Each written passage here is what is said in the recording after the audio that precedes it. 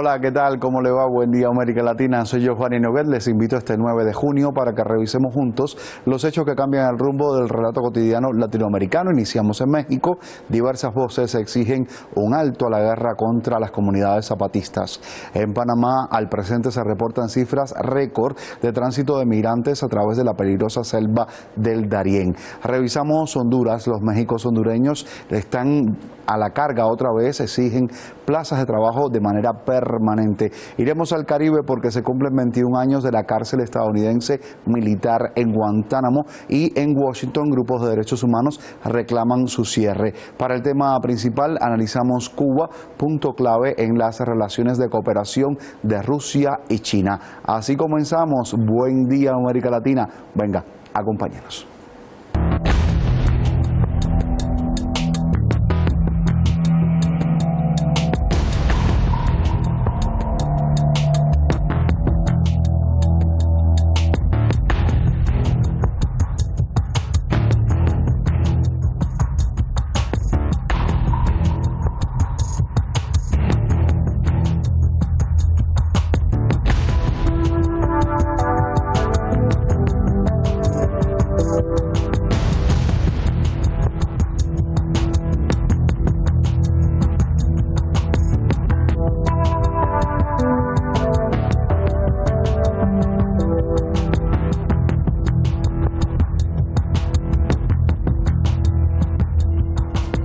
Acá todo en orden, equipo técnico y periodístico listo, entramos en materia. Primer tópico que revisamos, México. Desde la capital de ese país hay diversas voces que están alzándose, exigen que se detenga la guerra contra las comunidades zapatistas. Veamos el porqué. Comunidades indígenas y zapatistas, activistas y colectivos marcharon en la Ciudad de México como parte de la jornada global para exigir un alto a la guerra contra comunidades zapatistas en el sur de México.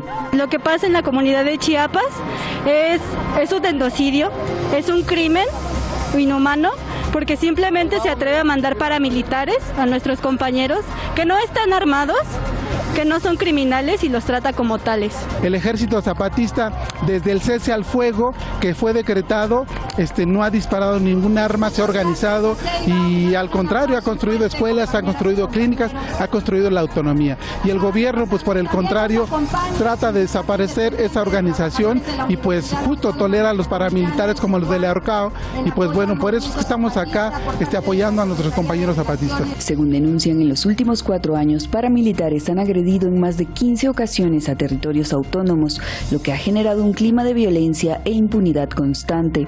La forma de dividir a las comunidades, metiendo a los paramilitares para dividirlos, para dividir al pueblo, para dividir a los chiapanecos, en la forma de sus programas, disque apoyo a las comunidades. Esas son mentiras de sus programas. De esa forma solamente ha estado dividiendo a Chiapas. La movilización global fue convocada a raíz del ataque en mayo pasado a la comunidad de Moisés Gandhi en Chiapas, que denuncian fue perpetrado por paramilitares de la Organización Regional de Caficultores de Ocosingo, Orcao, misma que acusan de hostigar y perseguir a otras comunidades. Es la misma lucha de todos los pueblos indígenas originarios por la vida, por el territorio, por los despojos. En todas partes se está entrando la Guardia Nacional, la militarización, sin permiso de las comunidades, sin permiso de sus asambleas.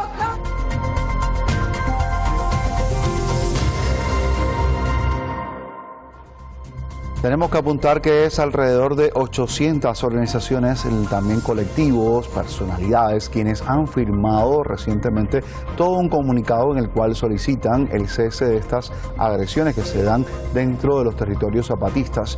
Entre estas figuras que apoyan ese pronunciamiento destaca el filósofo y politólogo estadounidense Noam Chomsky, al igual que otros escritores y cineastas completamente locales en México. Vamos al siguiente tema. Nos lleva ahora hasta Panamá, muy cerca, porque continúan evidenciándose allí cifras récord de tránsito de migrantes a través de la selva del Darién. Durante la frontera que tiene precisamente Panamá con Colombia, se espera que para el cierre de 2023 más de 400.000 personas hayan realizado esta travesía, también muy peligrosa. En medio de la problemática migratoria que al cierre de mayo de 2023 condujo a 166.122 personas a cruzar la frontera colombo-panameña, se destaca un entramado criminal que, al menos en el año 2022, generó más de 125 millones de dólares a costa de los migrantes. La situación de migración irregular está siendo aprovechada por la delincuencia organizada transnacional. Se están lucrando de una manera millonaria estas rentas clandestinas, porque ellos también controlan todo el entramado que inicia desde el transporte terrestre, desde la alimentación en restaurantes, desde hoteles, hostales y también el tránsito por el Golfo de Urabá a través de lanchas. Todas son financiadas por este grupo delincuencial Clan del Golfo y le rinden cuentas entonces a ellos. No solamente que están pasando por la trocha, que están muriendo por la trocha. Adicionalmente a la información que nos dan las personas de que estos niños están siendo sujetos de violencia. ¿Por qué? Porque los padres que no tienen dinero los están vendiendo, los están utilizando como forma de pago. Organizaciones no gubernamentales en Panamá han manifestado su preocupación ante esta crisis que consideran sin precedentes en la región y que recoge distintos matices. No solo se trata de los que pasan de Colombia para acá o del sur para acá, sino que a nivel mundial hay movimientos migratorios inmensos, uno por la guerra, otro por razones económicas, otro por sequías, etcétera, que es una crisis global que hay en estos momentos. Este es un problema que ya no es de migración, sino que está afectando a la seguridad nacional, no solamente de Panamá y del continente, porque estos grupos criminales se están aprovechando de estas personas. Sin embargo, el abordaje que han dado las autoridades de Colombia, Panamá y Estados Unidos es cuestionado desde distintos sectores. Se ha aprovechado eso para que los norteamericanos vuelvan a meter sus tropas, ¿verdad? Porque en Darién hay tropas norteamericanas violentando nuestro tratado de supuesta neutralidad. Aquí hay que buscar la solución, que es una solución de justicia social en los territorios.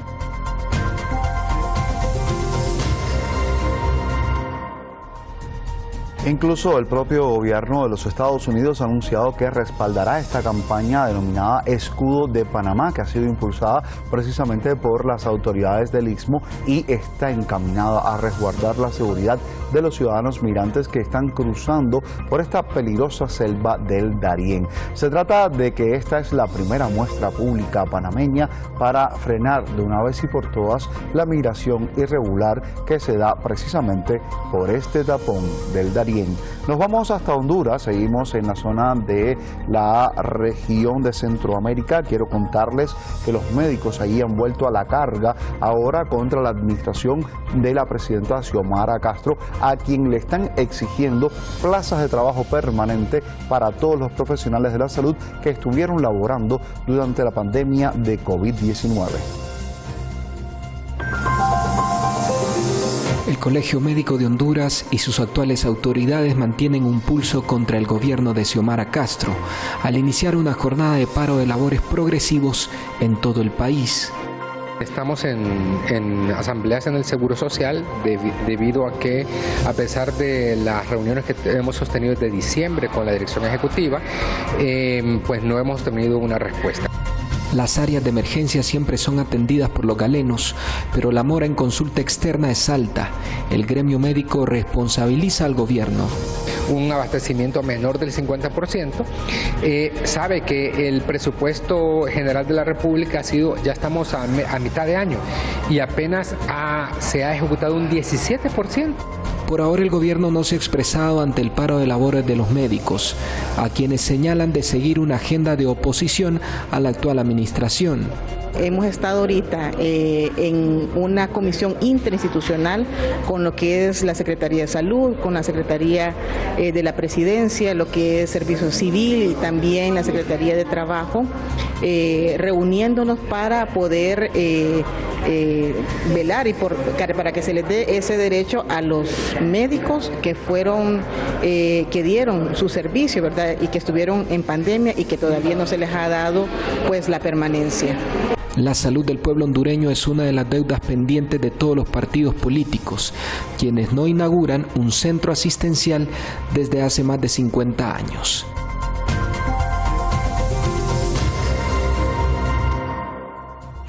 Y es que los galenos hondureños desde la semana anterior estaban manteniendo todo un paro laboral, exigen además la nivelación anual de sus salarios, todo ello en correspondencia con el grado de inflación que tiene anualmente y de manera actual ese país centroamericano.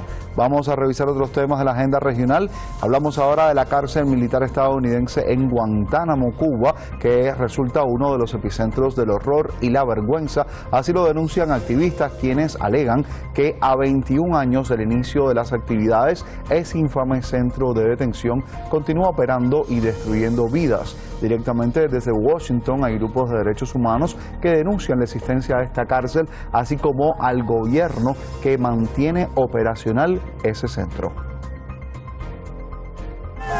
Estos activistas denuncian lo que denominan una mancha gigante en la imagen de Estados Unidos ante la historia. Se trata de la prisión militar estadounidense en Guantánamo, Cuba, Oquitmo. Nuestro gobierno no tiene autoridad moral alguna para acusar y juzgar a ninguna de estas personas. Si creen que estas personas deberían ser juzgadas, entonces que les envíen a la Corte Internacional. Es una mancha en la historia. Este gobierno está en la bancarrota moral sobre el tema de Guantánamo. Guantánamo es un territorio en suelo cubano, fue ocupado ilegalmente por Estados Unidos en 1903. A pesar de las condenas de Cuba y otros países, así como organismos internacionales, las instalaciones militares y el panóptico de torturas siguen operando, mientras que el territorio sigue secuestrado. Sabemos que no han cometido crimen alguno y sin embargo siguen encerrados. Cuando yo era niño, me enseñaron a juramentar por la bandera, diciendo justicia y libertad para todos. Esto aplica a todos los seres humanos. Entonces, ¿dónde está la justicia y libertad para todos? Yo estuve entre las 25 personas que fueron a Guantánamo en 2005.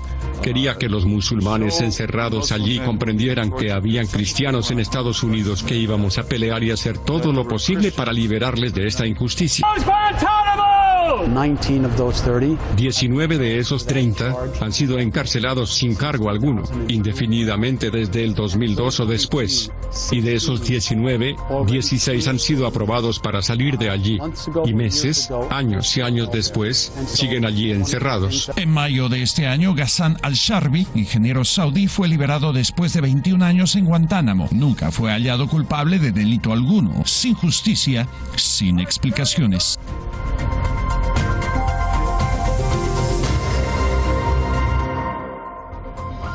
Y una vez que hemos visto estos tópicos, le propongo adentrarnos en el tema principal. Analizamos hoy la cooperación rusa y China en Cuba. Ya le contamos.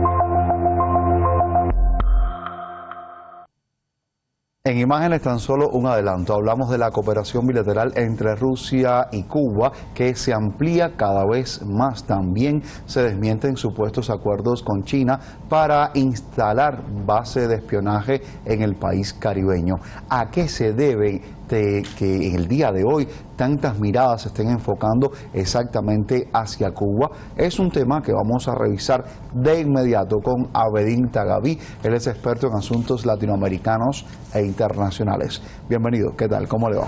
Gracias, Yosuani. Buen día, América Latina. Un placer para mí. Placer para nosotros que estés acá con nosotros y puedas explicarnos mucho de lo que está sucediendo. Hay miles de interrogantes, trataré de ser lo más conciso a la hora de preguntar, sobre todo, cuáles son las condiciones que se están dando y que han propiciado este acercamiento que evidenciamos en cuanto a intereses políticos y comerciales entre Cuba y Rusia. ¿Qué trasciende de esta visita que estamos viendo del ministro cubano Manuel Marrero Marrero Cruz a la ciudad rusa de Sochi. ¿Qué relevancia en realidad tiene este encuentro de Marrero con altos representantes del gobierno ruso y también dentro del marco de esta cooperación económica que se ha dado euroasiática?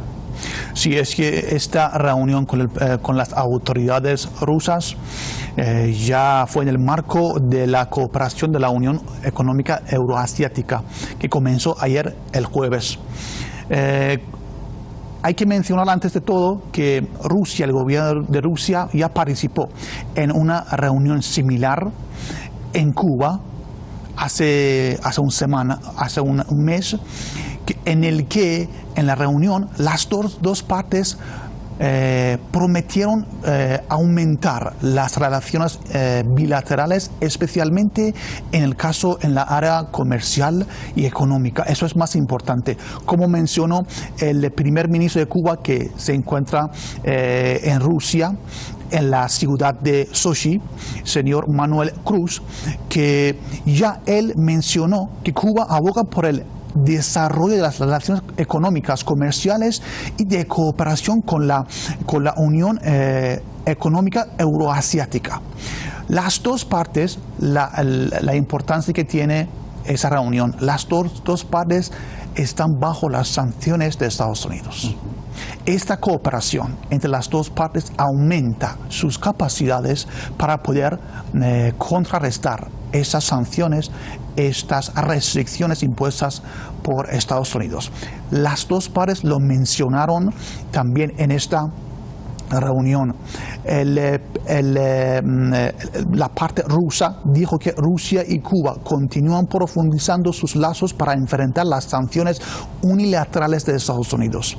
También mencionaron que Rusia mencionó que Cuba es como un socio clave en la región de América Latina para Cuba, para Rusia, para Moscú. Y señaló la importancia de implementar proyectos conjuntos. Ya hemos visto en la área de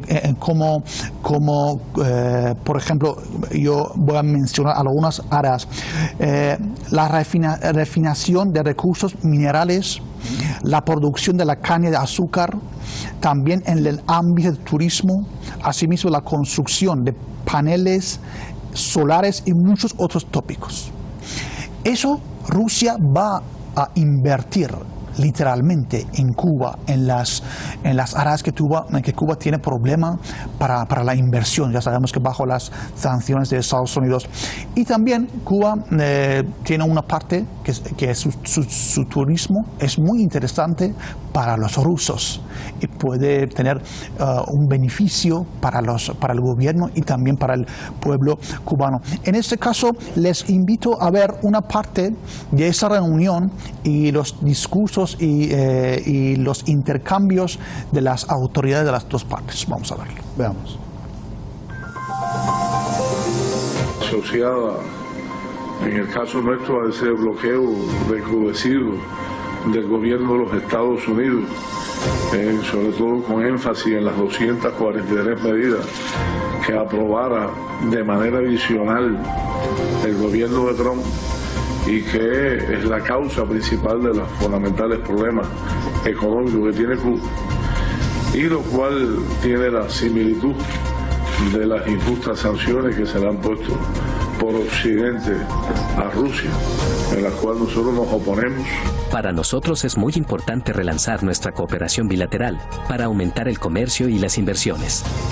Estamos creando las condiciones para ampliar el funcionamiento de las empresas rusas en el mercado cubano. Nosotros proponemos desarrollar más activamente la colaboración en el ámbito turístico tras la reanudación de los vuelos regulares con Cuba a partir del 1 de julio.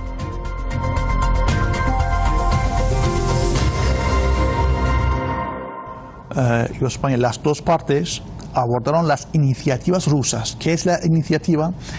Se refiere al Plan Nacional de Desarrollo Económico y Social 2030, que Rusia dice que vamos a aumentar esas relaciones con todo el mundo, especialmente con los países hermanos como Cuba.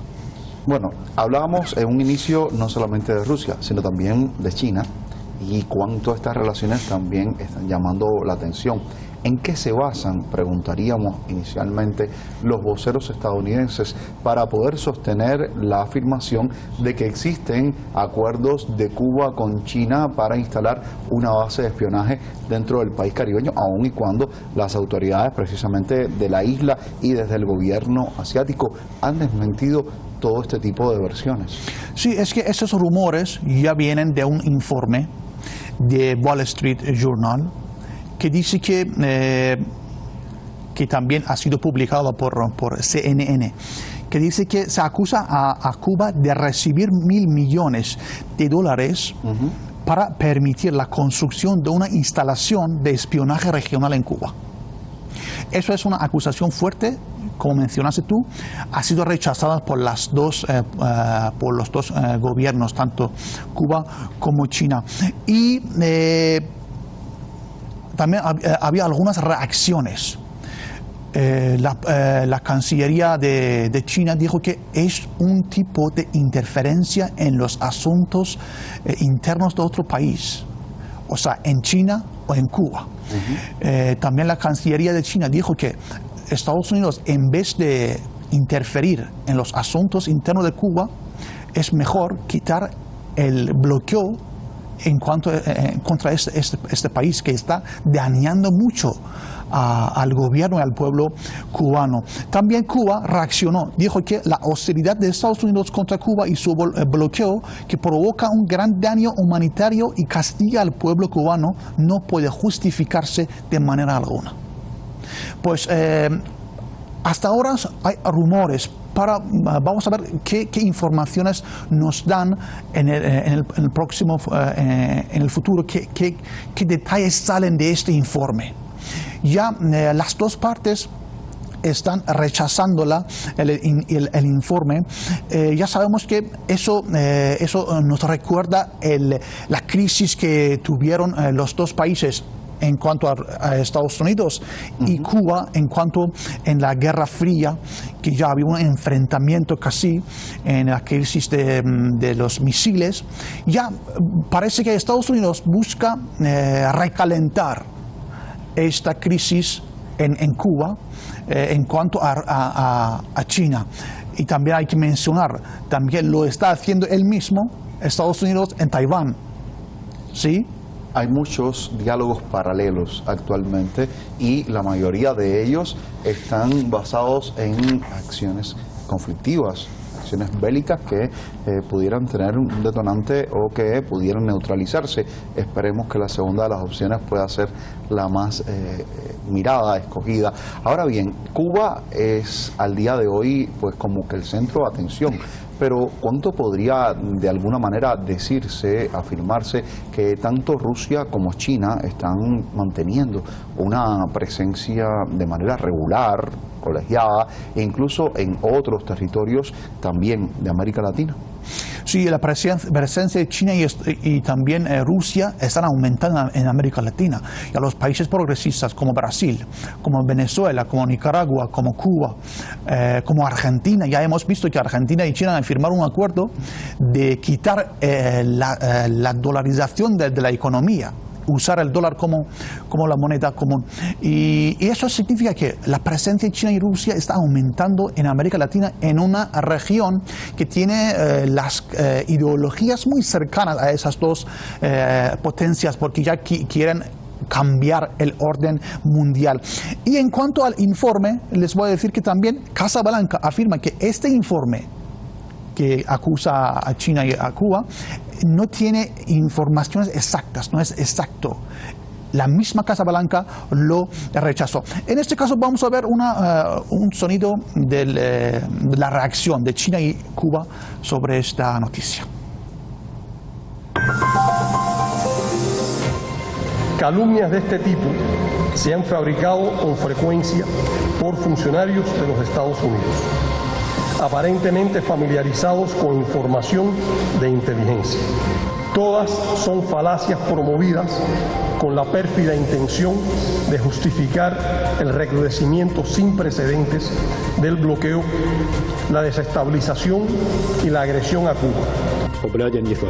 Se sabe bien que difundir rumores y calumnias es una táctica común de Estados Unidos. La interferencia imprudente en los asuntos internos de otros países es la especialidad de Estados Unidos. Estados Unidos ha ocupado ilegalmente durante mucho tiempo la base de Guantánamo en Cuba y se ha involucrado en actividades indescriptibles. El embargo se ha impuesto a Cuba durante más de 60 años.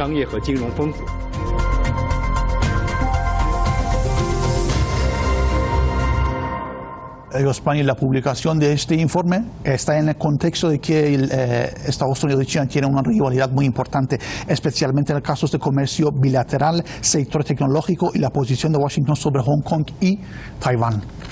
Sobre todo porque Estados Unidos va a impedir a toda costa que China se vaya a ir por delante en cuanto a tecnología, en cuanto a desarrollo, en cuanto a economía.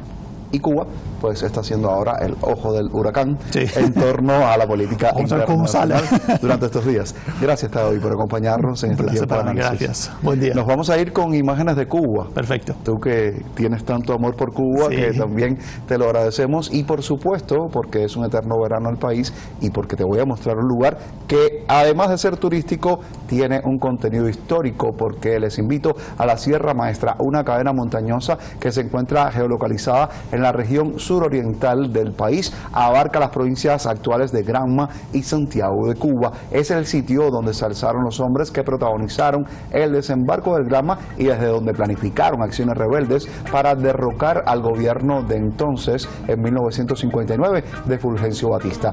Ahora, al día de hoy, pues podemos decir que es un parque nacional y su corazón se erige precisamente allí, la elevación más alta, el Pico Turquino, con unos 1974 metros sobre el nivel del mar. Así nos vamos. Gracias por la preferencia. Les esperamos la próxima semana con mucho más. Buen día, Tadaví. Buen día, gracias. Buen día, América Latina.